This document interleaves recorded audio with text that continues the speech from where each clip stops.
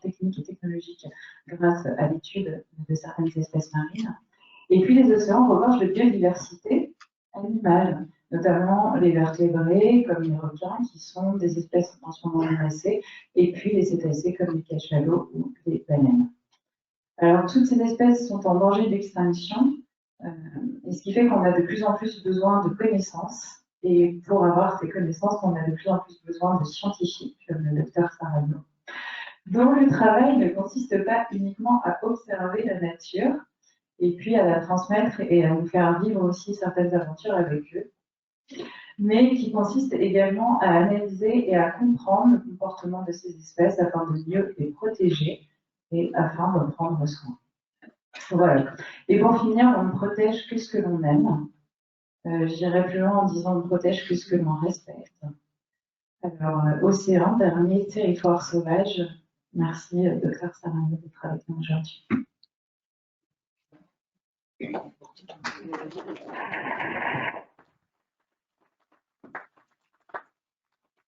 Merci infiniment de cette présentation. Je dirais au docteur Sarano. Docteur Sarano, c'était mon père Jacques, formidable, et ma mère, qui m'ont offert la curiosité qui, aujourd'hui, me permet de vous parler des cachalots et des requins. C'est grâce à eux et grâce à Tony Rossi, qui est ici, qui m'a appris à plonger, que je suis là avec vous. Voilà. Et à bien d'autres personnes. J'allais dire au début, mesdames, mesdemoiselles, messieurs, et puis après, on dit très chers amis, parce que, voilà, très chers amis, au nom de tous ceux, de l'équipe Cousteau, de l'équipe de Jacques Perrin, de toutes les équipes qui m'ont accueilli pour aller à la rencontre des animaux sauvages de l'océan, merci d'être là. J'insiste sur ce haut nom parce que, et il y a tellement de plongeurs dans la salle que je vais dire des choses qu'ils savent déjà, mais pour les autres, je le répète. En plongée, on n'est jamais seul. On est toujours avec son collègue. On dépend de lui, il dépend de nous, on est des binômes. En exploration, et surtout dans l'océan, on n'est jamais seul. Tout se fait en équipe, équipe, équipe, équipe. Par conséquent, je vais utiliser par commodité de langage le jeu. Sachez que le jeu veut dire nous et qu'il faut l'entendre comme ça. Donc, équipe. Et c'est pareil pour les livres. Hein, le livre Réconcilier les hommes avec la vie sauvage a été coécrit avec Coralie Chaud, qui est une journaliste de Libération. Le livre Sauvons l'océan, les 10 actions pour réagir a été coécrit avec Véronique, mon épouse, et c'est avec elle qu'on a fondé l'association. Donc, vous voyez, toujours équipe, équipe, équipe. Merci. Merci parce que pour nous, l'équipe, le plus important, c'est pas simplement de plonger, de nager avec les animaux. C'est de partager avec vous ce que ces rencontres nous apportent. Donc, en ce sens, c'est vous qui donnez une signification à toutes les plongées que nous avons faites. C'est ce moment-là, cette transmission qui nous paraît à tous essentielle et qui donne un sens à nos plongées. Pourquoi?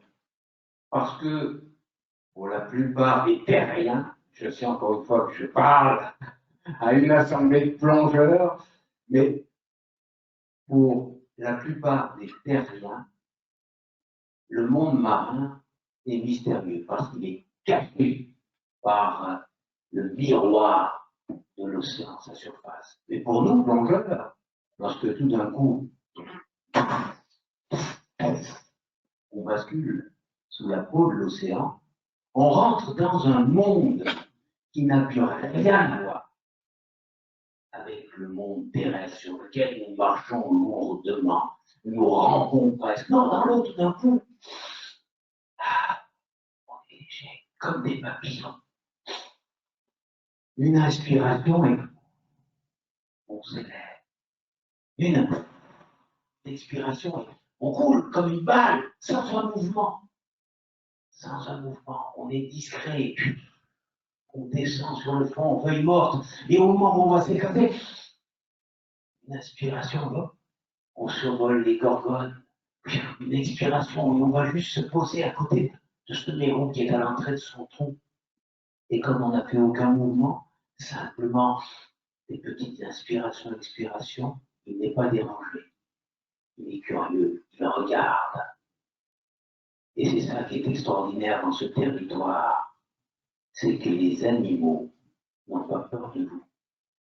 C'est le dernier endroit sur cette planète où vous pouvez approcher les animaux sauvages, libres, indomptés, sans qu'ils vous fuient. Essayez de faire la même chose dehors avec des oiseaux. Ils sont déjà partis. Avec des écureuils, avec des lapins, avec des cerfs, avec.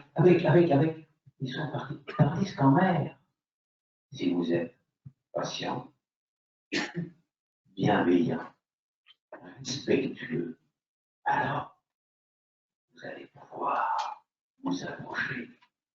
Ils vont vous considérer comme l'un des leurs. Et vous allez pouvoir vous mêler à eux. Vous mêler à eux.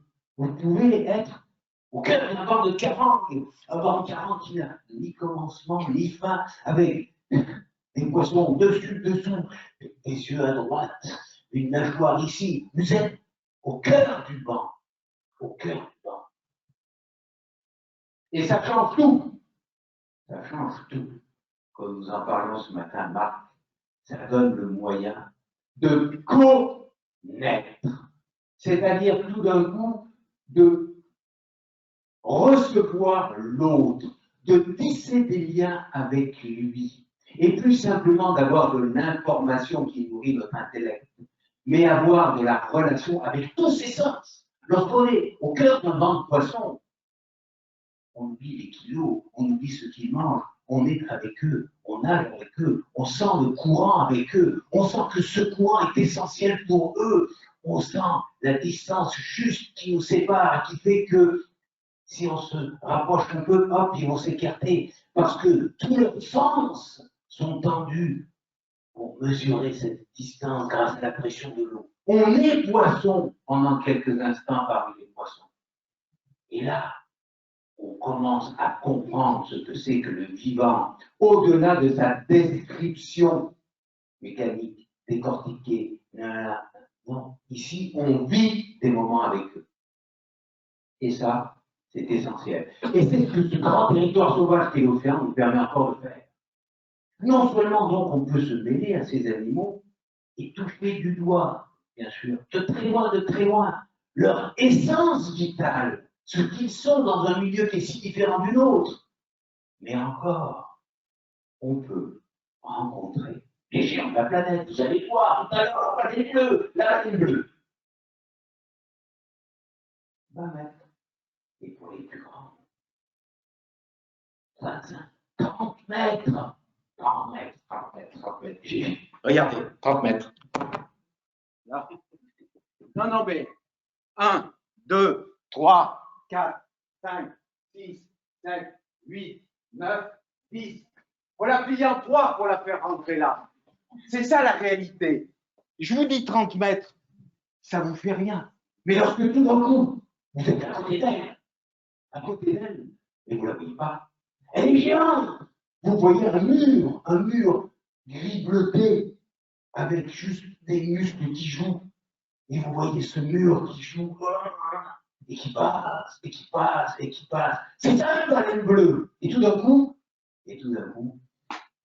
un nageoire caudale, une petite tête d'avion, 7 mètres d'envergure. Et vous partez sur cette nageoire, elle vous emporte, et pendant une seconde, vous vivez une éternité de bonheur. C'est ça qu'on peut vivre dans l'océan. C'est ça qu'il faut préserver avant tout. Ce n'est pas simplement des richesses potentielles de ressources, c'est ces moments-là. Et puis dans ce territoire formidable, vous pouvez rencontrer les derniers grands prédateurs. Imaginez rencontrer les prédateurs de la terre. Ouh là là, dès qu'on voit un ours, maintenant, on y tire dedans. Un lion, on n'y pensait pas. De toute façon, il ne reste plus. Les tigres, c'est fini. Tandis que non, les blancs, on a un privilège incroyable, fabuleux. On peut aller rencontrer ces prédateurs-là. Ceux sur lesquels les terriens ont tout dit, tout écrit, sans jamais être allés les rencontrer. Et ce qu'ils nous apprennent, ces requins, est bien différent. Les paradigmes qu'on nous a mis dans la tête à force de répéter. Vous savez, une ânerie répétée 1000 fois, c'est une vérité. Et répétée 100 000 fois, c'est un paradigme. Eh bien, on en est là. Même les scientifiques déconseillent d'aller nager avec ces prédateurs. Sont-ils allés le voir? Alors, vous n'y pensez pas, on se dévorait.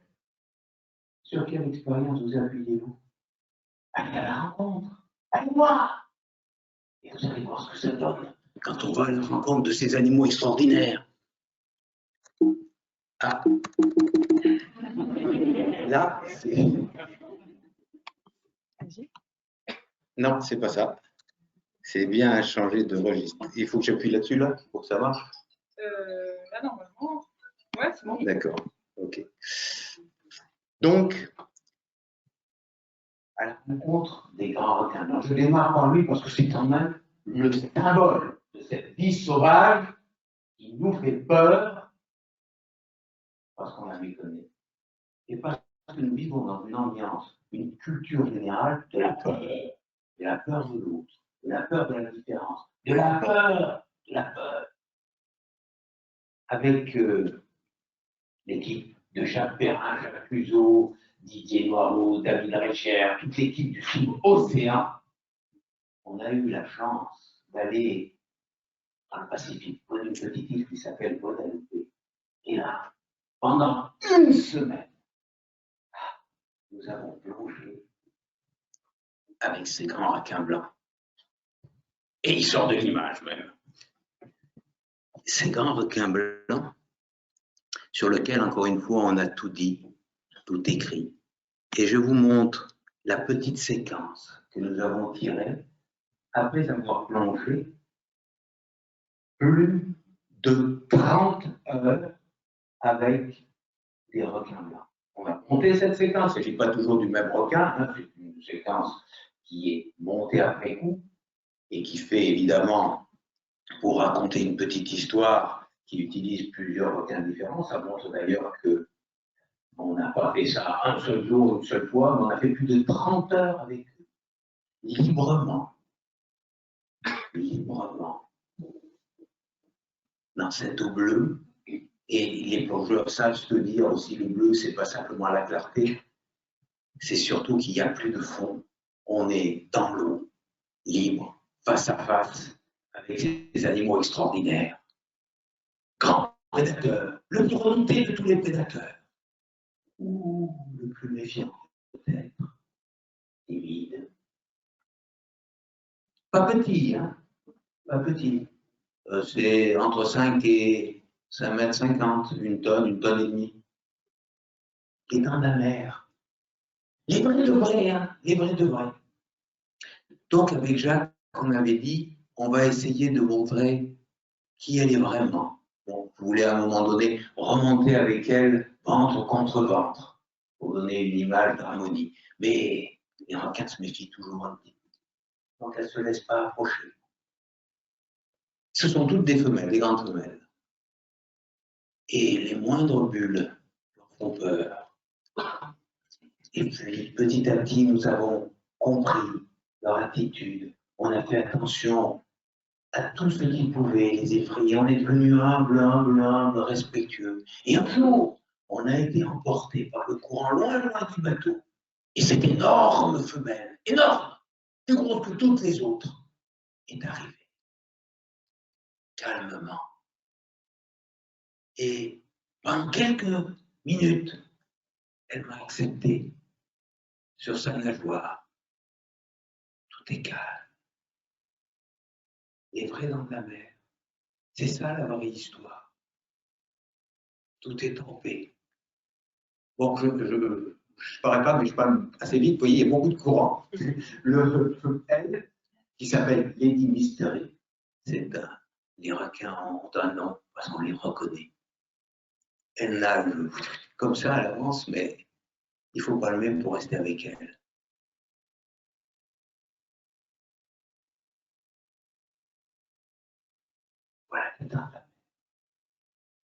Voilà ce que nous offre le dernier grand territoire sauvage. La possibilité de déconstruire toutes les idées reçues que nous avons sur le sauvage. Agressif? Non, sauvage, ça veut pas dire agressif. Fuyant? Non, ça ne veut pas dire fuyant non plus. Ça veut dire libre, indompté. Et lorsqu'un animal libre, indompté, vous offre une audience comme celle-ci, vous êtes bouleversé pour toujours. Vous êtes bouleversé pour toujours. C'est pour ça que je suis ici avec vous. C'est pour vous dire à quel point c'est fort. C'est ça qu'il faut préserver. C'est cette liberté sauvage, imprévisible, qui, lorsqu'elle vous accueille un moment, vous offre le plus beau des cadeaux. C'est pas simplement parce qu'il y a des ressources pharmaceutiques. C'est pas simplement parce que ça nourrit notre ventre. C'est parce que ça nourrit notre cœur. C'est parce que ça nourrit notre âme. La rencontre avec ces animaux sauvages. Parce qu'avec eux, on ne peut pas tricher. On ne peut pas tricher. Ils nous tendent la main, ils nous accueillent, ils nous acceptent. Alors on doit y aller tout nu. Tout nu. Authentique. Vrai. Bienveillant. Et là, la relation qui s'établit, elle est importante, elle est intéressante. On arrive à trouver avec cet animal qui évidemment ne me comprend pas et que je ne comprends pas. On arrive quand même, bien qu'on ne se comprenne pas, à trouver la distance juste qui nous permet de nous côtoyer en paix. Waouh! Déjà une leçon incroyable. Ça dit que c'est pas de comprendre l'autre qui est important. C'est juste de vouloir le comprendre. Là, on est sur une chose. Hein. Jamais je ne rentrerai dans la tête d'un requin blanc qui a des sens tellement différents du mien que je ne sais pas décrire le monde qu'il perçoit. On n'a même pas le vocabulaire. Il a un sens qui perçoit tout le magnétisme terrestre, les microchamps électriques, bref. Je ne sais même pas comment il me voit. Je suis peut-être une sorte d'énorme pulsation, peut-être quelque chose juste qui sent mauvais, mais je ne sais pas, je ne sais pas. Et lui ne sait pas du tout qui je suis, ce que je suis. Et ça n'a pas eu d'importance. On est arrivé pendant un moment à être bien ensemble. C'est ça que nous dit le monde sauvage. C'est possible. On va être 10 milliards d'habitants sur la planète, c'est sur autre chose. On ne va pas se comprendre. C'est trop difficile. On a des cultures trop différentes. Et tant mieux, c'est ça qui fait la richesse de la planète, la diversité des cultures. Tant mieux. Mais ça ne veut pas dire qu'on ne peut pas s'accorder, vivre en paix et partager. On peut toujours le faire. La seule chose qui compte, c'est la volonté. La volonté d'écouter l'autre et l'apprentissage de savoir recevoir l'autre. C'est ça que nous dit le grand Germain. Puis il dit des tas de trucs. Il dit, mais bon Dieu, si tu n'étais pas venu à ma rencontre, si tu n'avais pas osé faire le pas, on en serait toujours dans la mer. On en serait toujours à croire qu'il faut rester derrière les barreaux d'une cage. Alors que là, on a fait un pas de géant en sortant de cette cage. Un pas de géant, parce que tout d'un coup, en une seconde, on a effacé tous les écrans de fumée culturels, rabâchés, rabastinés, j'allais dire, et qui pourtant nous enferme encore. Ce qui est valable pour le requin blanc, c'est valable pour tous les différents. Nos voisins qui ont des religions, des sexualités, des traditions différentes, sur lesquelles on raconte tout un tas de conneries, sans jamais aller la rencontrer. Ouais, je veux dire, c'est. Et on arrive lorsque tout d'un coup, on parle du requin blanc, mais c'est la même chose entre nous. Et Dieu sait si la richesse culturelle de nos voisins est plus grande que celle du grand requin blanc. Et puis, ce qu'on avait dit aussi avec Jacques Perrin, Jacques Plusot, c'était une chose.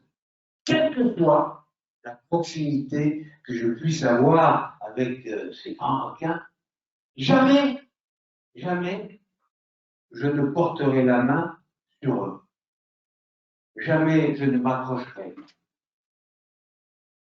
Par respect pour leur indépendance sauvage. Si je pose la main, si tout d'un coup je m'approche, alors je le rabaisse à l'état de jouet, à l'état d'animal asservi, à mon caprice.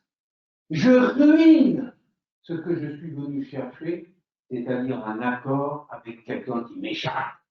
C'est ton indépendance sauvage qui fait la richesse du monde, qui fait ma richesse, notre richesse. Si je le rabaisse à l'état de jouet, je fais ce que nous faisons au quotidien, de plus en plus asservir et contrôler ce monde. Et plus nous contrôlons le monde, plus nous refermons notre univers, plus nous le rendons étriqué, étroit, plus nous refermons notre espace de liberté. La liberté ne s'exerce pas lorsque tout le monde est contrôlé. On n'a plus de choix. Ici, face à des animaux comme ça, on agit librement, en conscience. Parce qu'ils sont imprévisibles, parce qu'ils nous offrent des choses face auxquelles on doit dire d'être humble ou d'agresser.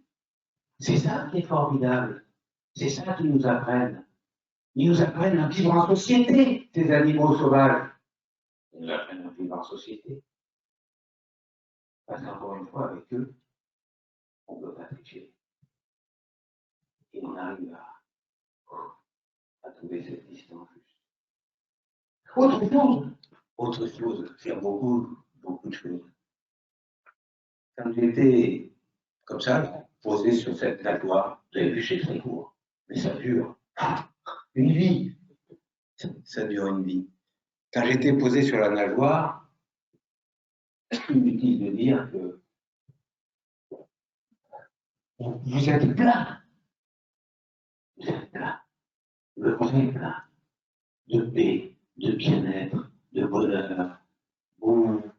Je pensais à toi, Véro, aux filles. J'avais envie que vous soyez là. Vous avez envie que tous ceux que vous aimez soient là. Et vous aimez le monde entier. Ces moments de bonheur, ça vous donne envie d'aimer le monde. C'est ça que nous offre le grand requin blanc des dents de la mer. C'est ces moments de paix là formidables qui vous disent le monde est beau, le monde est beau, le monde est merveilleux. Voilà pourquoi il faut un petit peu préserver l'océan, pas que pour les ressources. Vraiment, vraiment. C'est important de les préserver pour les ressources. Mais tant que nous avons ce regard tourné vers le chiffre, vers l'utilitaire, nous en oublions l'essentiel, je crois. L'essentiel, il est pas là. L'essentiel, il est dans cette ouverture sur l'autre, dans cet apprentissage difficile, évidemment difficile, et permanent, et quotidien, et on se prend les pieds dans le tapis, et on recommence, mais sur cette expérience formidable d'essayer de rencontrer celui qui est impossible à rencontrer. Alors bien sûr, avec le grand requin blanc, bon, la relation est difficile. Mais il y a d'autres animaux, des animaux plus sociaux, et les cachalots en particulier, qui nouent des relations avec vous qui sont bien différentes. Le requin est un animal qui est fascinant, mais c'est pas un joueur. C'est pas un animal qui vit en société complexe. On sait aujourd'hui que les requins ont des affinités entre eux, qu'un requin ne va pas avec n'importe quel requin au sein d'une même population, qu'il y a des sortes d'embryons de société, mais ça reste très embryonnaire. Donc quand on n'a pas beaucoup de relations entre soi, on n'a pas beaucoup de relations avec le monde extérieur, qui soient des relations de curiosité pure. Le requin, c'est surtout un être qui est curieux, mais bon, c'est un petit peu pour savoir trouver sa nourriture ou se protéger. C'est rarement gratuit. En revanche, les cachalots, eux, vivent dans des sociétés complexes. Et avec eux, toujours. Avec Véronique et avec tous les copains de l'association Longitude 181, et puis la Marine Megafauna Conservation Organization, et puis Rodéeuse et bref, avec plein de copains, depuis quelques années, on va régulièrement à l'île Maurice voir les cachalots. Je rappelle en 2 minutes, pour ceux qui ne savent pas bien ce que c'est qu'un cachalot, ce que c'est. C'est un mammifère comme nous. Il respire à plein poumon l'air extérieur avant de plonger dans les profondeurs. Mammifère, ça veut dire aussi, vous allez voir, que la mère allait son petit bébé, comme nous les humains. Et donc, cet animal titanesque, les grands mammifères, 50 tonnes, 20 mètres, titanesque. Eh bien, vous allez le voir, respire en surface avant de plonger dans les abysses pour aller chasser les canards. Voilà. Le souffle du cachalot, c'est ce qu'on voit, nous, au début. Vous voyez là le souffle. Il respire profondément.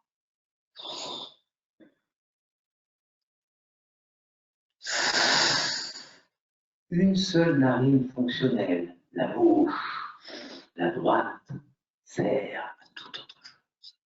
Et là, après avoir bien inspiré, il plonge au cœur des abysses.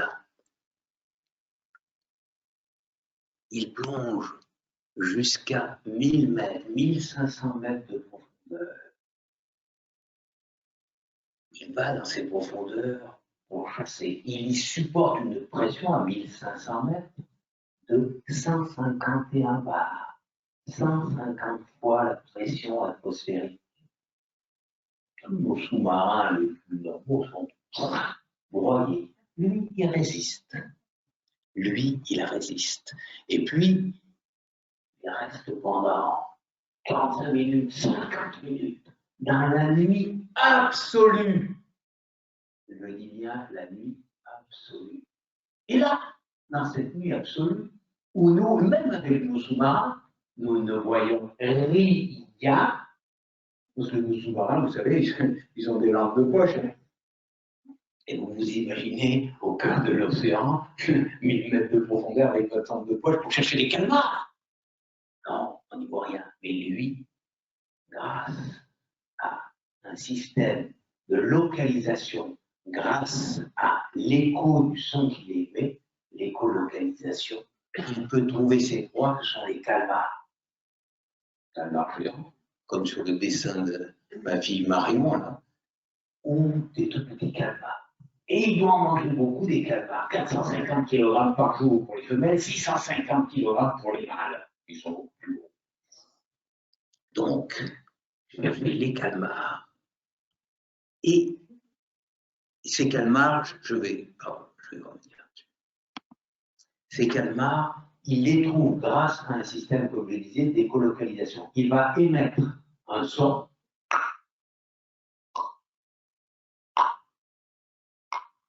Ce son part des abysses. Et lorsque tout d'un coup, il y a en face un obstacle, quelqu'un, un calmar, le son rebondit. Et il entend ce petit « Ah, il y a quelque chose ». Et après, il accélère ses clics pour préciser le lieu exact où se trouve sa proie. Il regarde sa texture, la vitesse de son déplacement, et mieux encore, il peut savoir infiniment plus de choses que même nos meilleurs échographies peuvent nous dire. Et ainsi, dans la nuit absolue, il se délecte de centaines de petits calmars par jour. Et donc, après ça, il remonte en surface pour respirer et parfois, et c'est là où nous les voyons, parce que nous, dans les profondeurs, inutile de dire rien du tout. Rien du tout. Mais là, après les avoir chassés toute la nuit, une partie de la journée, ils se reposent. Ils dorment. Je vous invite dans le dortoir des cachalots. Pas de téléphone portable dans le dortoir des cachalots. C'est juste le silence total. Et nous faisons très attention quand avec Véro, avec Stéphane Consotto qui a pris cette photo, ou avec René, nous rentrons dans ce dortoir. Vous vous imaginez 1, 2, 3, 4, 5, 6, 7, 8, 9, 10, 11, 12, en fait, 17 femelles adultes et 11 jeunes, suspendus dans l'épaisseur liquide, qui dorment et qui nous laissent, animaux sauvages, hein, libres, et qui nous laissent les approcher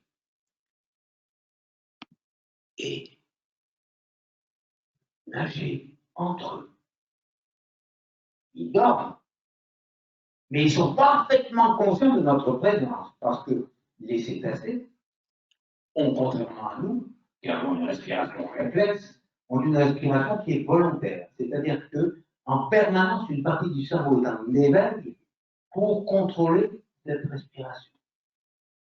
Et partie du cerveau qui sommeille, partie du cerveau en éveil, ce cachalot, dont on voit juste la tête, c'est parfaitement que René Eusé, qui est en train de filmer la scène, est à quelques mètres de lui. Et voilà, il est à peu près à cette distance de Irène Gueule Tordue, parce que ça, c'est la tête de la matriarche du groupe qui s'appelle Irène Gueule Tordue. Vous voyez, elle a la gueule qui est.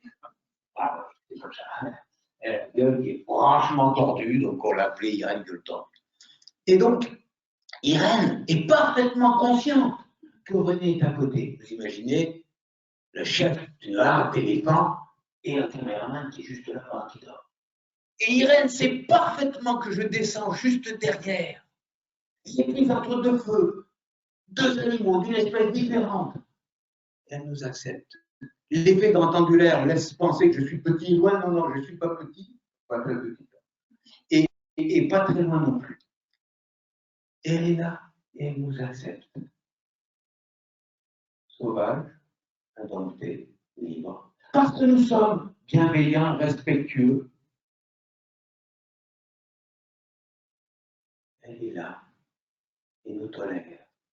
Dans un moment qui est d'une extrême fragilité, c'est le moment où on est plus fragile quand on dort. Et pourtant, un petit salut à René, et elle va monter respirer pour revenir se coucher après. Avec nous qui sommes là à côté. C'est ça le vrai rapport qu'on devrait avoir au sauvage en terre. Pourquoi est-ce qu'on a plus ce rapport? Parce que nous n'arrêtons pas d'agresser. Dans les îles subantarctiques, où on va peu, les oiseaux ne s'envolent pas, les albatros ne s'envolent pas, les pétrels ne s'envolent pas. Ils sont capables, les albatros, hein, ils font le tour de l'Antarctique sans se poser. Tu veux dire qu'ils volent plutôt bien. Et comme ils ne sont pas agressés, ils n'ont aucune raison de ne pas vous laisser approcher. et de vous laisser apprendre à trouver la distance juste qui permet de se côtoyer. Ça peut varier petit à petit, de s'apprivoiser. Les éléphants de mer, les lions de mer, les otaries, quand vous allez les voir du côté de San Diego aux États-Unis, ils se méfient encore un peu des hommes. Mais quand vous êtes dans les îles subantarctiques, si vous vous allongez sur la plage, et j'en ai fait l'expérience, ne choisissez pas l'endroit où le lion de mer a l'habitude de se coucher. Parce que il va se coucher sur vous. J'en ai fait l'expérience. Il y en a un qui s'est couché sur ma jambe, et c'est très lourd. Et c'est très très lourd. Pousse-toi, pousse-toi.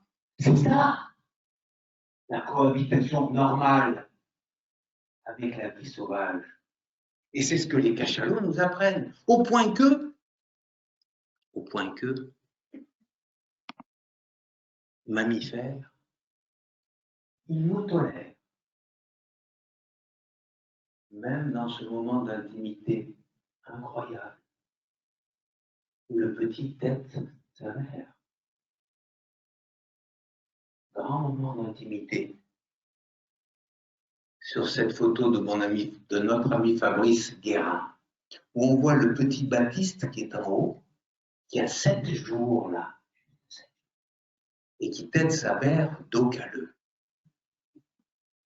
Alors, chez les cachalots, les fentes mammaires sont de part et d'autre de la fente génitale et le téton est complètement caché. Par conséquent, le petit doit faire sortir le téton avec sa mandibule avant de téter avec sa langue. Attraper le téton. On voit ici la tête du petit cachalot avec son œil. Voilà. Voilà, bon. La petite tente, c'est l'œil. La zone blanche, c'est la mandibule. Et puis le petit triangle tout blanc, c'est la langue qui a attrapé le téton. Ici, c'est Darren. Il a 3 semaines. Et il est en train de téter sa maman, Lucie. Voilà ce que ça donne. Pardon.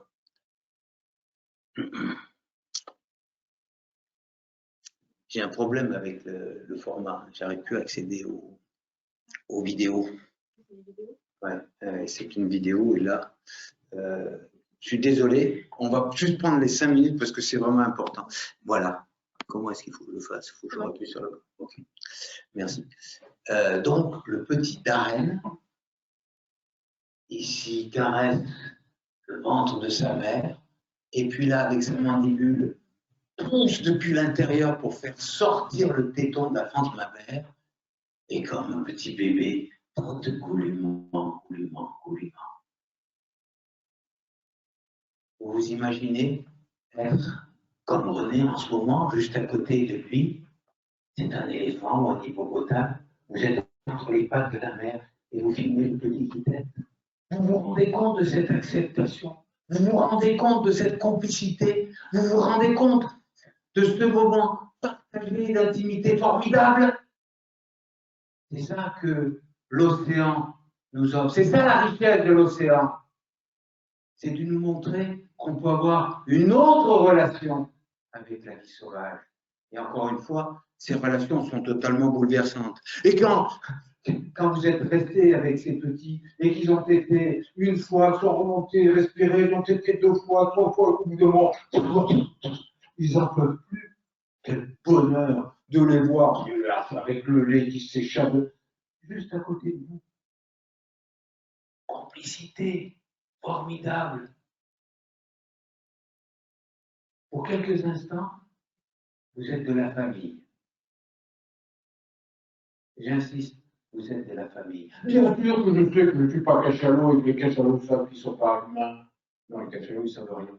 Mais je ne fais pas d'anthropomorphisme, je fais juste de dire complicité entre 2 espèces si différentes, encore une fois, que jamais nous ne pourrons savoir ce que le cachalot pense.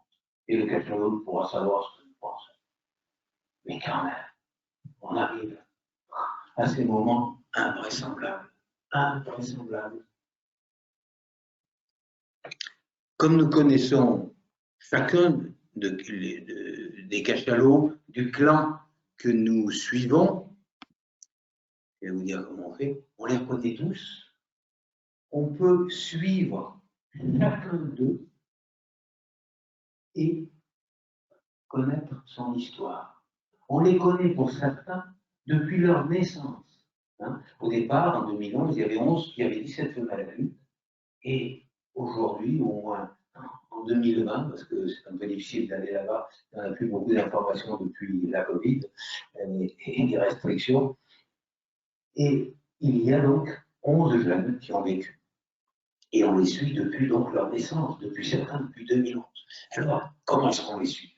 Eh bien, on les suit parce qu'au départ, on a appris à les reconnaître avec des caractéristiques physiques. Par exemple, sur cette photo, de droite à gauche, il y a, dans l'ordre, le tout petit point noir, c'est un plongeur sous-marin avec une caméra, et c'est relevé, il s'appelle René. Juste après, c'est un cachalot, une jeune femelle, qui s'appelle Germaine. Et elle est née, elle, 2005, autour de 2005.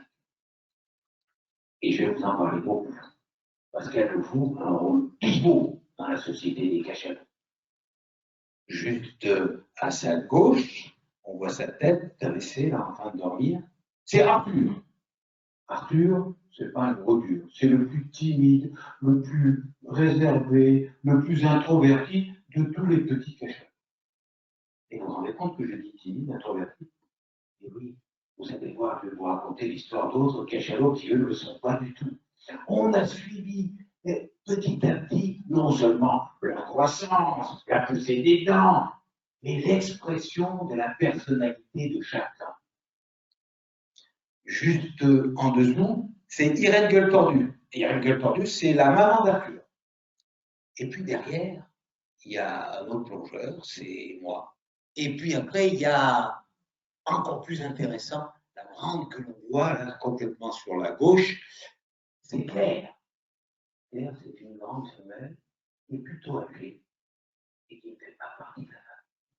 Parce que chez les cachalots, le clan est composé uniquement d'individus de la même grande famille. Tous les cachalots d'un clan ont une même arrière-grand-mère commune. C'est matrilinéaire. Toutes les femelles restent dans le clan. Et les filles, les petites filles restent dans le clan. Que les mâles partent du clan. Et normalement, on ne doit trouver que des animaux ayant une ancêtre commune dans un seul clan. Et pourtant, Irène, et pourtant, Claire est une cachalot qui vient d'ailleurs. Elle a été adoptée dans ce clan. Des relations interclans, c'est pas comme chez les requins, des relations interclans. Donc, on ne sait pas quand elle a été adoptée, mais elle a été adoptée. Alors, comment on sait ça? C'est qu'on a fait des analyses génétiques, on a fait l'analyse de ce qu'on appelle l'ADN des mitochondries, hein, qui sont transmis dans l'ovule que par les mères, etc., etc. Et donc, elle n'a pas le même ADN mitochondrial. Il y a d'ailleurs une Seychelles. Bien, bref, ça, on ne peut pas le savoir au début. Par contre, ces cachalots, on les reconnaît. Bon, il y a des petites sautes, je suis désolé. C'est pas ça. On les reconnaît aux marques qu'elles ont, et en particulier ces marques qui sont faites par les prédateurs qui font des morsures parfois terribles. Comme ici sur cette petite femelle qui s'appelle Agatha et qui a guéri de ses blessures. Elle a été attaquée par un globicéphale. Il lui a mordu une partie de la caudale et donc il va la laisser amputée pour toute sa vie.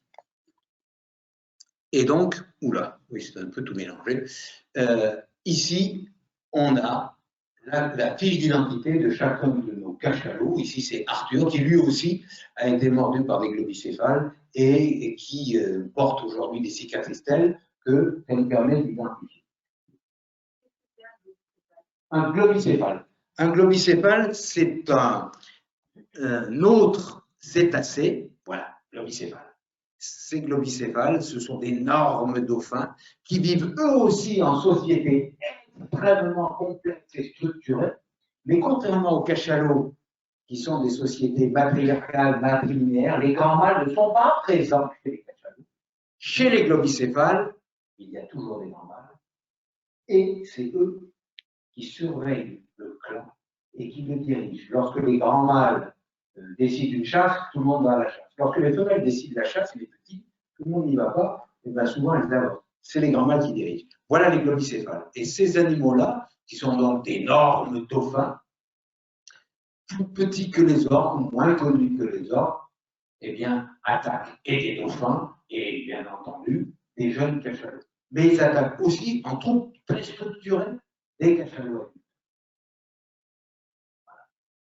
Il est vraisemblable que l'un des petits que nous avons perdu, le fameux petit Baptiste, ait été tué par des globicéphales. Donc, ce sont les prédateurs avec les orques des cachalots. Alors, nos cachalots, et je reviens sur ces cachalots que nous avons identifiés, nous ont permis donc de reconnaître petit à petit chacun d'entre eux et de les suivre. Et je vous ai montré tout à l'heure des allaitements extraordinaires. Je vous ai dit, Darren tête sa mère Lucie, Baptiste tête sa mère Docaleux, la petite qui a calculé partout ses chestnuts qui tête sa mère Delphine. Et donc, nous mettons là, le petit tête sa mère, le point final. Ben non, pas point final. Point d'interrogation. Parce que tout d'un coup, on s'est aperçu que le même petit, il était deux femelles.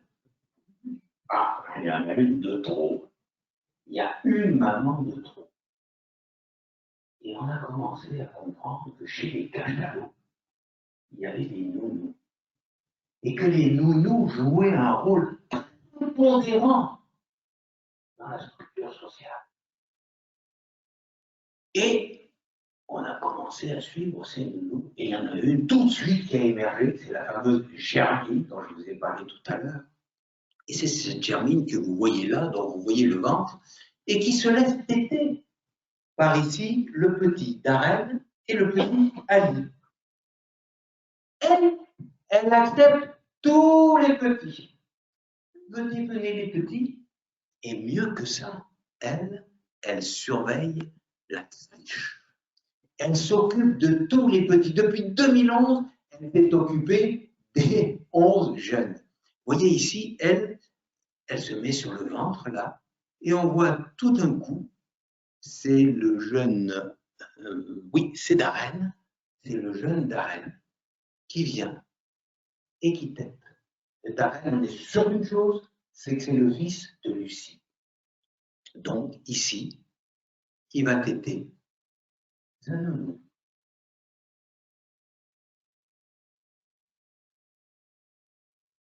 Ces images-là sont à la fois exceptionnelles parce que René est un caméraman exceptionnel. Il n'est pas un caméraman exceptionnel parce que c'est un roi de l'image. Il est un caméraman exceptionnel parce que c'est le roi de la rencontre. Parce qu'il sait se faire accepter par les animaux. Parce que des images comme ça, je peux vous dire, c'est rarissime. Parce que beaucoup de caméramans sont les rois de l'image, du théâtral, de l'objectif. Et lui, il se fond, il est cachalot, il vit avec les taureaux. C'est ça qui fait la différence. Et donc, voilà, on reconnaît Darren et Germine avec son trou à la caudale qui la caractérise. Et puis, on s'est aperçu donc que cette femelle, Germine, quand les autres femelles partaient chasser dans des profondeurs, eh ben, elle accueillait, surveillait, protégeait les petits qui étaient sans défense à la surface. De temps en temps, on voit une mère qui arrive avec son petit, voilà, il a une gueule tordue, qui arrive avec le petit Arthur, et puis qui lui dit, pas à la crèche. Le petit Arthur, il ne veut pas aller à la crèche, il ne veut pas aller à la crèche, pas à la crèche. Il a une gueule tordue ronge, et le petit Arthur va rejoindre les jeunes sous la surveillance de Germine. Voilà, la caudale de Germine que l'on reconnaît bien. C'est elle qui joue le rôle capital de protection au moment où les petits sont sans protection à la surface de l'océan, à la merci des prédateurs. la société des cachalots est structurée autour de cette solidarité sociale. Sans ça, pas de cachalot. Pas de cachalot. Pourquoi je dis ça? Parce qu'on insiste toujours sur les capacités physiques du cachalot. Et j'ai dit tout à l'heure, 1500 mètres de profondeur, sur un super costaud, à la pression, ses capacités d'apnée. Eh bien, les capacités d'apnée et ses capacités de résistance à la pression ne serviraient à rien du tout si tous les petits étaient tués en surface, parce qu'il n'y avait pas la nounou pour protéger. C'est la société qui est forte. C'est la solidarité qui fait que les cachalots vivent dans un monde qui est parfois difficile. Et Germine joue son rôle. Voilà, Germine, c'est celle qui a cette pectorale qui est coupée là, qui ouvre la bouche et qui est en train de corriger Tache Blanche, qui est un jeune turbulent, qui est né comme un autre Elliot en 2011 et qui est un peu costaud, c'est un des plus gros, qui est un peu turbulent, qui fait toujours son malin. Donc, elle le surveille, elle les remet en place, elle protège les petits. Et on a continué donc à regarder comme ça, et on s'est aperçu petit à petit qu'il n'y avait pas seulement Germine qui était la nounou, et que même elle se laissait téter, mais qu'elle n'avait pas de lait, elle n'envoyait jamais du lait, jamais envoyé de petit sur le lait. Elle était probablement plus babysitter que nous. Mais en regardant, on s'est aperçu que d'autres petits étaient des nounous à l'état. La mère, lorsqu'elle a donné le lait qu'elle avait, n'a pas toujours satisfait la demande en lait de son bébé. Alors vient une autre nounou, une nounou qui va allaiter le petit de la mère qui n'a pas de lait pour le moment, plus de lait, ou qui n'est pas là. Et cette nounou-là, elle ne s'occupe que d'un seul petit qui n'est pas le sien. Par exemple, la nounou, il y a une nounou qui s'appelle Yukini, elle ne s'occupe que d'une petite, qui est une petite femelle qui s'appelle Lana, qui est la sœur de Arthur, et la fille de Yann de Tordu. Elle n'a qu'elle. Et si un autre vient demander du lait, elle ne demande pas. Nounou allaitante, nounou babysitter. Waouh! Quelle société incroyable! Et c'est comme ça qu'elle vit. Donc, on ne peut voir ça que si on est immergé à leur côté. Ça fait 30 ans qu'on étudie les cachalots. 30 ans. Et on les a toujours étudiés en les pesant, en les tronçonnant, en les découpant, en regardant depuis l'extérieur comment ils vivaient sous l'eau, c'est compliqué, hein, et en faisant des tas de théories. Nous, on n'est pas partis les étudier. On ne savait rien, on n'est pas sur les cachalots, quand il n'y a rien, c'est rien du tout. C'était gros, c'est tout. Mais on a vécu avec eux. Et en vivant avec eux, et en tissant ces liens complices, on a découvert des choses qui ne sont même pas encore décrites pour les scientifiques. Tout simplement parce qu'on a échangé. Ça, c'est colossal. Le terrain, c'est fondamental. La connaissance, c'est ça qui va nourrir le savoir. Mais on confond toujours les choses. Alors, on vit avec eux, et puis on découvre que dans ces moments où ils sont ensemble, souvent sous la protection d'une nounou, ou ensemble, les cachalots passent des heures et des heures et des heures à se caresser. Les cachalots, les géants de la planète, sont des monstres de délicatesse et de caresse.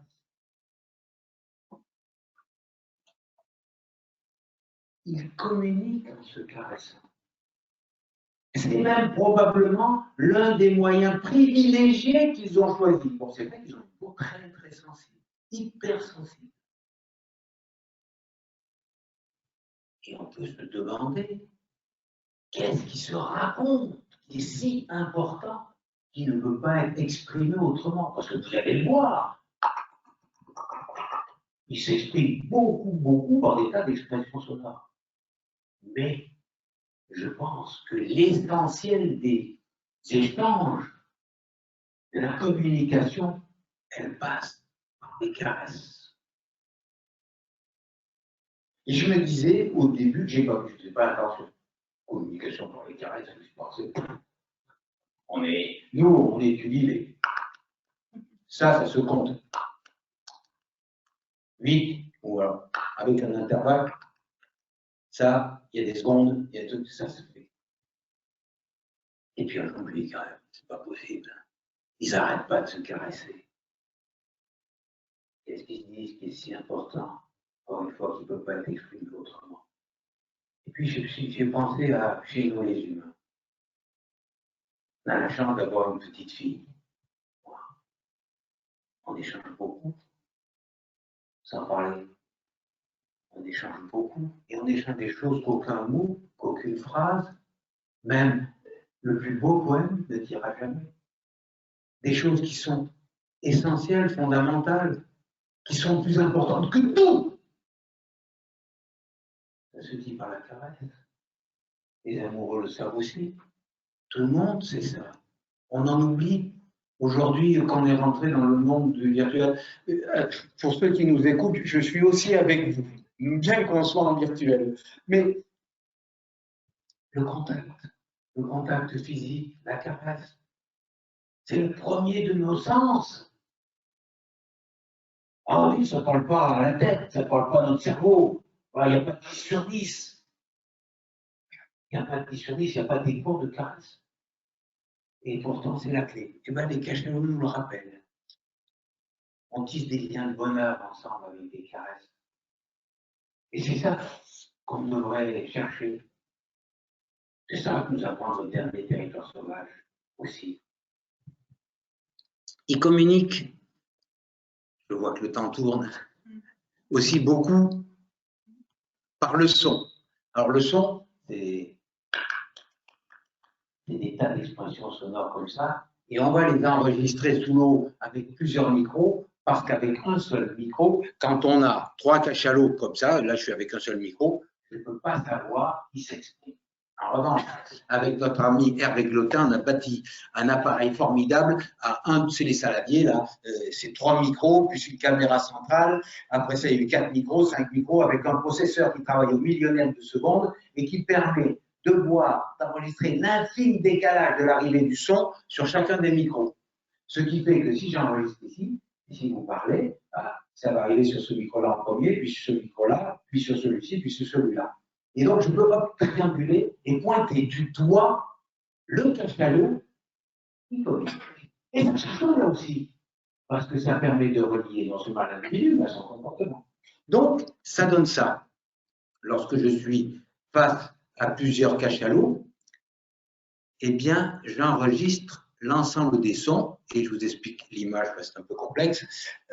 Voilà ce que j'enregistre avec ma caméra, la grande image. Le petit rectangle blanc, le petit carré blanc tout en haut, ça représente l'ensemble du volume sonore qui est enregistré, et le rectangle noir qui est au centre, c'est l'image que vous voyez. Le centre de l'image, c'est le centre des micros. Et chaque fois que les cachalots émettent des clics, eh bien, vous allez avoir apparaître des petits points jaunes. Vous voyez des petits points jaunes qui sont en bas, là. C'est l'endroit de la source du clic. Ça nous permet d'attribuer le son au cachalot. Et ça donne ça. Voilà. Et moi, je filmais en haut, mais c'est la petite du bas. La petite du bas qui parle et qui communique avec sa mère qui est derrière. Je sais que c'est Lana qui parle. Et comme les sons passent à travers le corps du cachalot, parce que le corps du cachalot, c'est de l'eau, et donc on peut les enregistrer et donc attribuer ainsi un son, un comportement. Et ça, c'est la clé de la compréhension des échanges sonores et des relations que les cachalots tissent entre eux au sein de leur société. Et ça nous permet de faire des choses extraordinaires, c'est-à-dire de comprendre pour la première fois au monde, d'associer un comportement avec des expressions sonores. Ici, deux femelles adultes qui s'aiment beaucoup. Il y a des couples de femelles fidèles. Et Delphine, que vous avez en premier plan, et Vanessa, que vous avez en second plan, font partie de ces couples-là. Il y a Irène et Claire, il y a Caroline, et puis aussi Vanessa. Voilà. Donc, Delphine, au premier plan, appelle Vanessa qui est en haut. La ligne blanche que vous voyez là, ça correspond au son qu'elle émet. Et elle appelle Vanessa qui ne répond pas. Et au bout d'un moment, elle se met en position parce que elle attend que Vanessa réponde et Vanessa répond. Et à ce moment-là, elle se fait un gros câlin. Grâce à ces micros, on a pu montrer, encore une fois, que l'une appelait l'autre. Et que l'autre, si elle ne répondait pas, d'ailleurs, il n'y avait pas, elle ne se rapporte pas, elle ne se touchait pas. Il faut que l'autre ait répondu oui, accepter la demande de câlin pour que les deux femelles se fassent des caresses. Cette expression sonore que vous entendez là, elle a 8 bits, là on peut les compter, avec des espaces très particuliers. Et puis après, cette expression sonore là, elle est caractéristique de cette demande de contact physique. On a fait des analyses, 1500 expressions sonores, et à chaque fois qu'on l'entend, et que l'autre répond, hop. Elle est donc reliée à ça. C'est la première fois au monde qu'on arrive à relier ça. Et ensuite, cette expression sonore, elle est non seulement reliée à cette demande de câlin, mais encore, elle est propre au clan des cachalots de Irène Gueule-Tortue. C'est un dialecte propre. Nous partons étudier les cachalots de Méditerranée, nous allons découvrir d'autres dialectes, d'autres cultures. Mais pour aller plus à fond, plus loin, je vais vous raconter l'histoire maintenant d'un cachalot qui s'appelle Elliot. Ce cachalot qui s'appelle Elliot, je l'ai rencontré très tôt en 2013, il était tout petit, il était venu me demander des câlins. Et j'avais rien compris. Rien du tout. Et donc, le cachalot, voilà, il me poussait comme ça. Et moi, comme une grosse saucisse, bon, je ne savais pas quoi faire. Et puis après, petit à petit, en vivant avec eux, on a commencé à comprendre. Et un jour, avec René, on était complètement paumés en plein océan, 2000 mètres de fond, de l'eau partout. On avait raté la plongée, les cachalots étaient plongés à 1000 mètres de profondeur. Et on s'est dit, on va rentrer sur le bateau. Et tout d'un coup, on entend.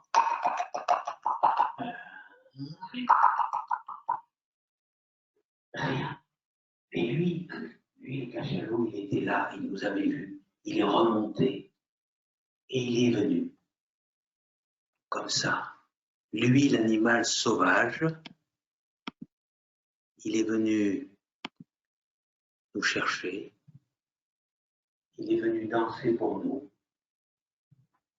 pendant 10 minutes. Il a dansé, il est libre, il est indompté, il a l'océan pour lui. Il nage infiniment plus vite que nous, il plonge infiniment plus profond et il vient. Et il va commencer sa danse, comme il le fait avec ses congénères. Il tourne, il nous invite, il nous salue avec délicatesse, il nous évite tout le temps. Vous allez voir, il va passer entre René, il ne faut jamais oublier qu'il y a René qui filme et qui est à côté. Et que lui, fait attention à nous.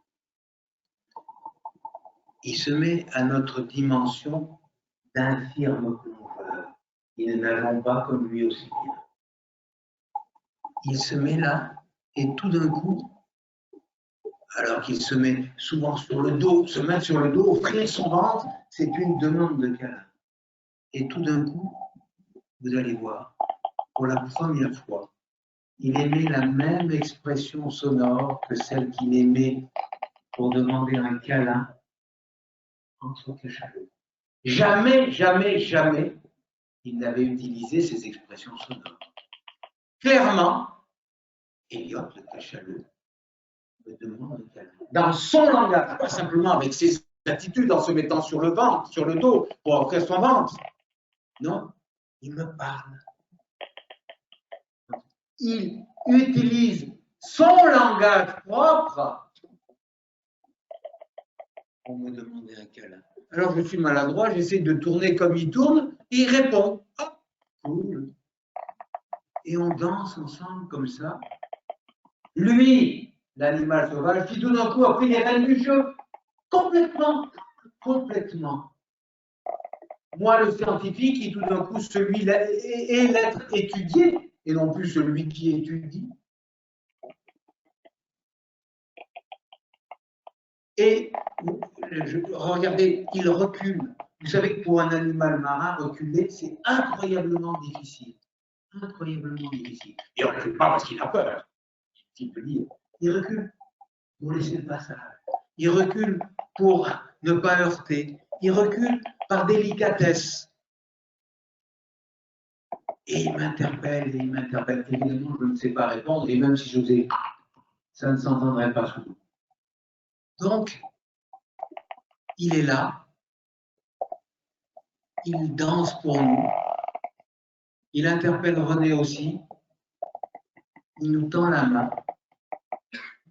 Et il nous montre que nous, les humains, n'avons pas le monopole de l'envie d'étudier les autres. Les autres, l'altérité totale, l'altérité absolue. Il nous montre surtout que nous, les humains, n'avons pas le monopole de l'envie d'apprivoiser les autres, les différents. Il n'y a pas que nous qui avons envie d'apprivoiser les écureuils, les lapins ou les cerfs, ou qui rêvons d'apprivoiser les autres. Les cachalots aussi. Nous ne sommes pas seuls au monde. Nous ne sommes pas seuls au monde à vouloir tisser des liens avec les autres. Les cachalots aussi. Les cachalots aussi. Et puis, quand on va y regarder de plus près, on se dit, c'est parce qu'on a prêté attention à ces cachalots qu'on a découvert. C'est simplement parce qu'on a passé beaucoup de temps avec eux. Alors, est-ce que si on passait beaucoup de temps avec d'autres animaux, on ne découvrirait pas la même chose? Je suis sûr.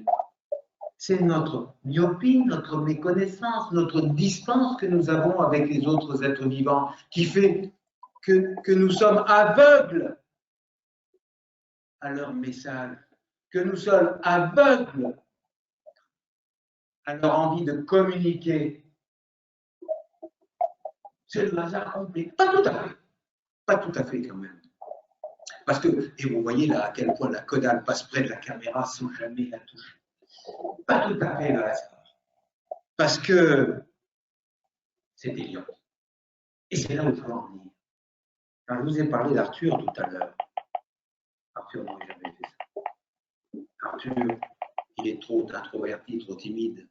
Tandis qu'Eliot, c'est l'explorateur, c'est le Vasco de Gama des cachalots, c'est le Marco Polo des cachalots. Regardez, là, quand il a envie de partir, il part. Et je peux toujours nager derrière. C'est lui qui était le maître du jeu.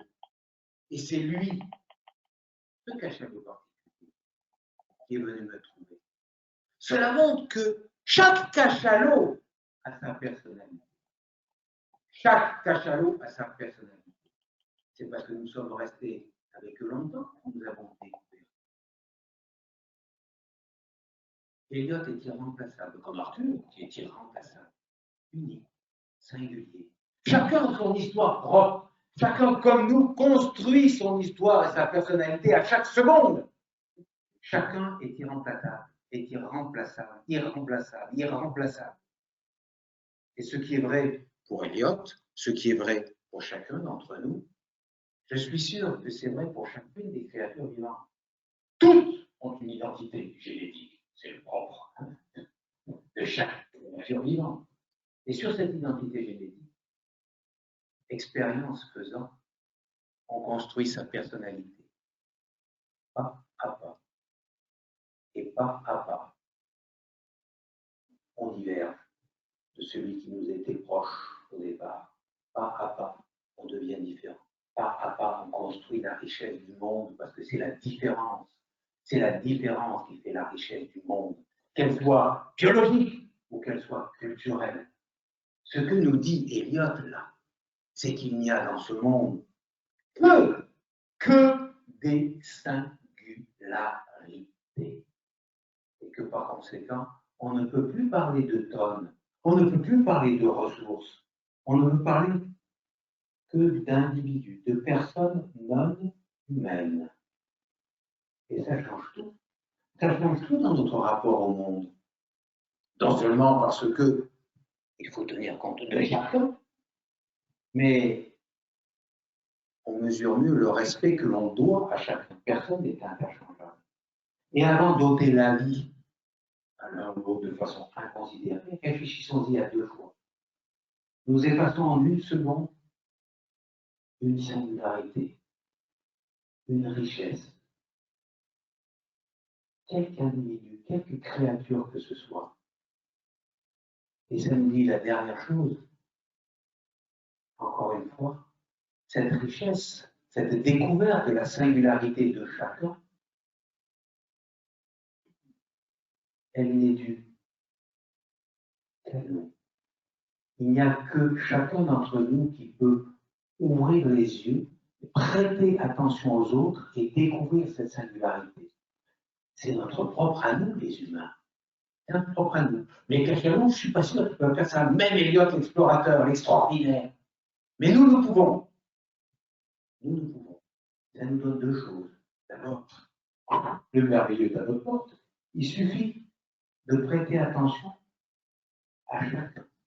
À chacun, ça peut être l'érable qui est devant la fenêtre de la maison, et on est riche dans toute son existence. Il était là, ça fait 20 ans qu'il était devant ma fenêtre, et je ne l'ai jamais vu. Et il est là. Ça peut être les oiseaux. Ah, la médard qui vient taper à la fenêtre. Prêter attention, c'est donner existence, et quand on a donné existence, on est riche de toutes ces existences. Et ça dépend encore une fois que de nous. Et c'est notre génie à nous, les humains, de prendre conscience de tout ça. Cachalot, Eliot, des tas d'autres, le requin blanc, les mystérieux, ils ne savent pas ça. Nous savons. C'est ce qui fait notre différence, cette conscience du monde par rapport à toutes les différences. Vous avez vu le requin étudie le magnétisme terrestre, vous ne faites rien du tout. Le cachalot fait les colonisations, vous ne faites rien du tout. Ils sont des génies. Les arbres, ils convertissent la lumière solaire, pas un peu de carbone, un peu de machin, pas de la matière organique. C'est génial. Toutes ces créatures vivantes sont des génies. Mais nous aussi, on est génial parmi tous ces génies qui sont aussi évolués que nous. C'est la première année d'évolution. Tout ce qu'on voit de vivant là, c'est la première année d'évolution. Personne n'est plus évolué. Chacun a sa marque géniale propre. Et donc, notre marque géniale à nous, c'est d'avoir conscience de tout ça. On est les seuls, je crois, à donner une histoire au monde, d'avoir conscience de cette diversité, de cette richesse. Par conséquent, c'est en conscience maintenant que nous préservons une bienveillance, ou que nous écrasons et que nous détruisons. Maintenant, nous pouvons exercer ce qui nous est propre, notre liberté. Elle est toute là. C'est Eliot qui nous dit ça. Lui, il ne sait pas. Mais nous le découvrons grâce à lui.